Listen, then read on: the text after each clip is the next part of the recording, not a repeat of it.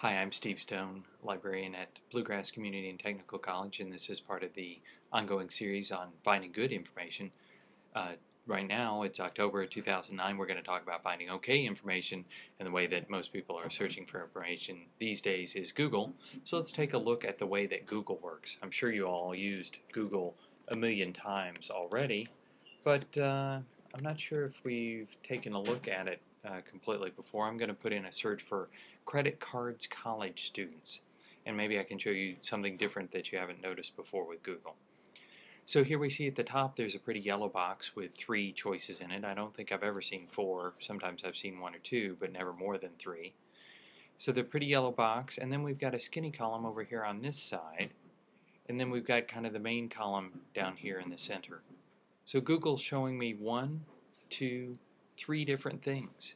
Is there a difference between those 3 things? You're probably saying yes, and you may have noticed this, sponsored links. These people in the pretty yellow box have paid good money to be in the pretty yellow box. They paid to be on the page. They're a sponsor. They're an advertiser. But, advertising links doesn't sound as good. These people over here in the skinny column have paid something to be on this page over here in the cheap seats. So be aware that these people have paid to be on this page. That doesn't necessarily mean that their information is better or worse, but often it does mean that they're going to try and be selling you something, or they care so much about what they're talking about that they want to make sure that their voice is heard. So politicians and other people who have an agenda might advertise special interest groups, for instance. So this first one here, right underneath the yellow box, is the first one that hasn't paid to be on this page, and all these others down underneath it won't have paid. And there are some search engines that have sometimes taken money to be higher up in the search results, but Google has not ever been accused of that. So this first one, is this the best possible website? What do you think? How does Google decide what to show me?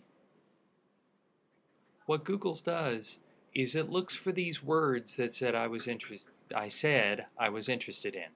Credit and cards and college and students. And it found 51 million web pages. So what Google is doing, it's looking for words on web pages, and that's all it's doing. So if I wrote an article, for instance, for a University of Louisville newspaper that said, it's time for students at this college to really give some credit to the Cards for having a pretty good football, basketball, track team. Okay? And that article for the newspaper ended up on a web page at U of L. And if Google's spiders and robots that go out and look at the whole World Wide Web hit that page, on that page, they would see it's time for students at this college to give some credit to the Cards. And it would say, okay, that's a good, that matches what the person says that they're looking for, so it would become one of those 51 million items. So be aware that Google is not understanding the sense of the words like a human being would. When I say credit cards college students to you, you understand I'm talking about plastic money and getting in debt way too quick. But Google is just looking for the individual words and doesn't know the difference between cards being short for cardinals and cards being a word like credit cards. If you have any questions or comments, you can send them to steve.stone@kctcs.edu.